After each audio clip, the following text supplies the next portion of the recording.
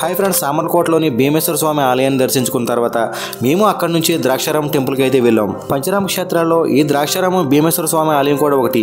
ఈ పంచరామాలు ఎలా ఏర్పడ్డాయో మనం ఆల్రెడీ ఇంతకుముందు సామర్లకోట భీమేశ్వర ఆలయానికి సంబంధించిన వీడియోలో చెప్పుకున్నాం. మనం సామర్లకోట నుండి ద్రాక్షారామం టెంపుల్కి వెళ్తున్నప్పుడు రోడ్డుకి ఇరువైపులా పచ్చని పొలాలతో అలాగే అందమైన చెట్లతో చాలా బాగా కనబడుతుంది.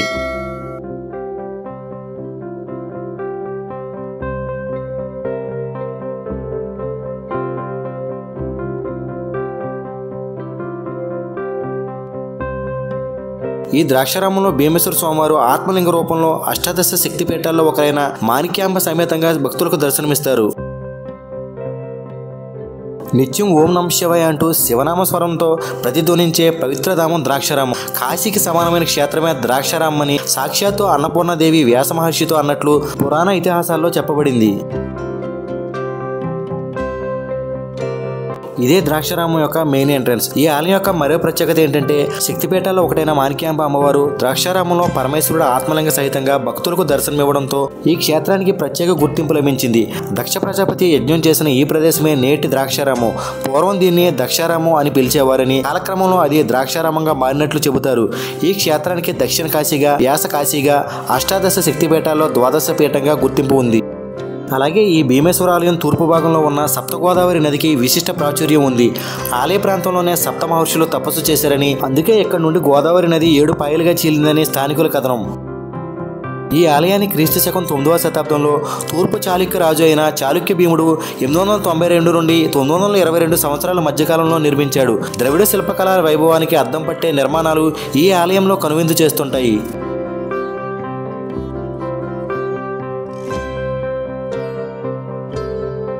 ఈ ఆలయంలో భీమేశ్వర స్వామి స్ఫటిక లింగాకారుడే 15 అడుగుల ఎత్తులో ఉండడం విశేషంగా చెప్పవచ్చు. స్వయంభూగా వెలిసిన స్వామివారికి మొట్టమొదటిసారిగా సూర్యుడు అర్చన చేశాడట. దీనికి నిదర్శనంగా ఎప్పటికీ సూర్యోదయం, సూర్యాస్తమయం సమయాల్లో సూర్యకిరణాలు భీమేశ్వరుడిపై ప్రసరిస్తుంటాయి. ప్రధాన ఆలయం 2 అంతస్తులుగా ఉంటుంది.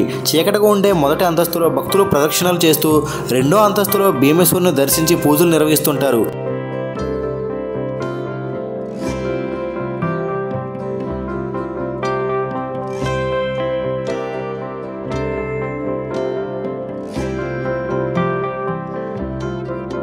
అలాగే ఇప్పుడు మీరు చూస్తున్న ఈ చెట్టుకు ద్రాక్షారామం టెంపుల్లో చాలా ప్రాముఖ్యత ఉంది.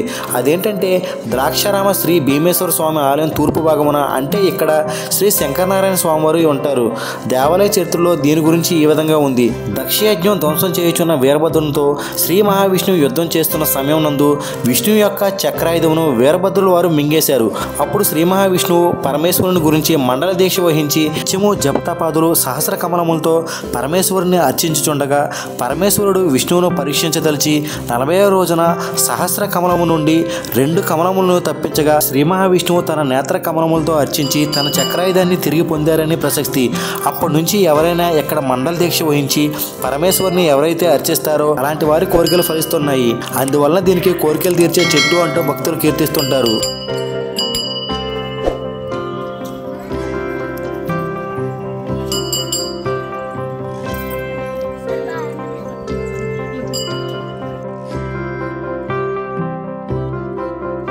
ఈ ఆలయం ప్రాంగణంలోనే కాలభైరవాలయం, త్రికూటాలయం అనే మండపాలు ఉన్నాయి.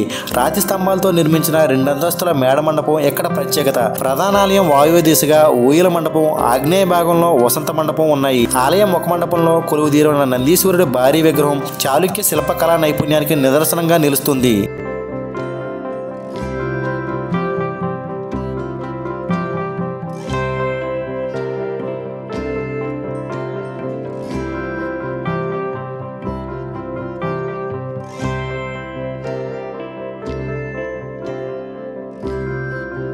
సప్తగోదావరిగా వ్యవహరించే పవిత్ర పుష్కరిణికి వెళ్లే తోవలో సప్తర్షులు, అరుంధతీ దేవి ప్రతిమలు ఉన్నాయి.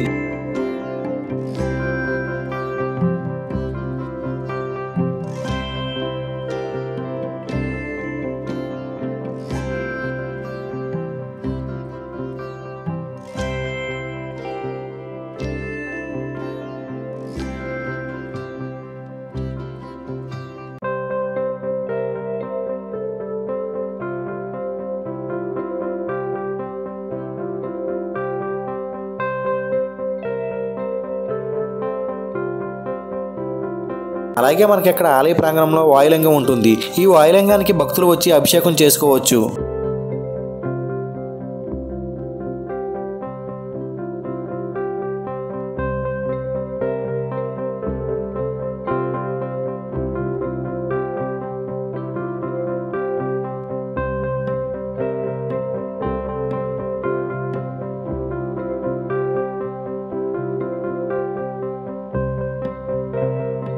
అలాగే ఇక్కడ వచ్చే భక్తులకు అన్నదాన సదుపాయం కూడా ఉంది. కాబట్టి ఇక్కడికి వచ్చిన భక్తులు స్వామివారి అన్నప్రసాదాన్ని స్వీకరించి వెళ్ళండి.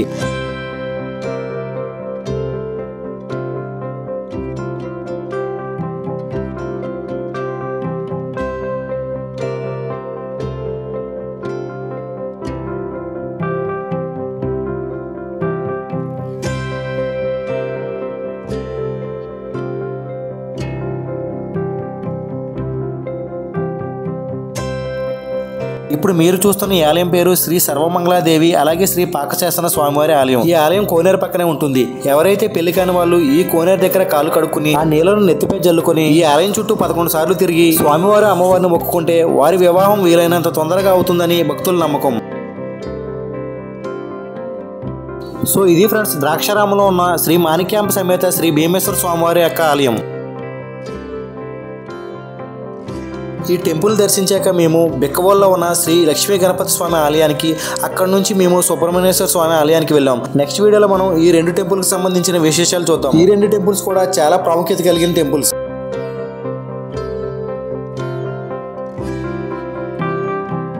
ఈ వీడియో మీకు నచ్చితే వీడియోని లైక్ చేసి మన ఛానల్ని సబ్స్క్రైబ్ చేయండి. Thank you so much and bye.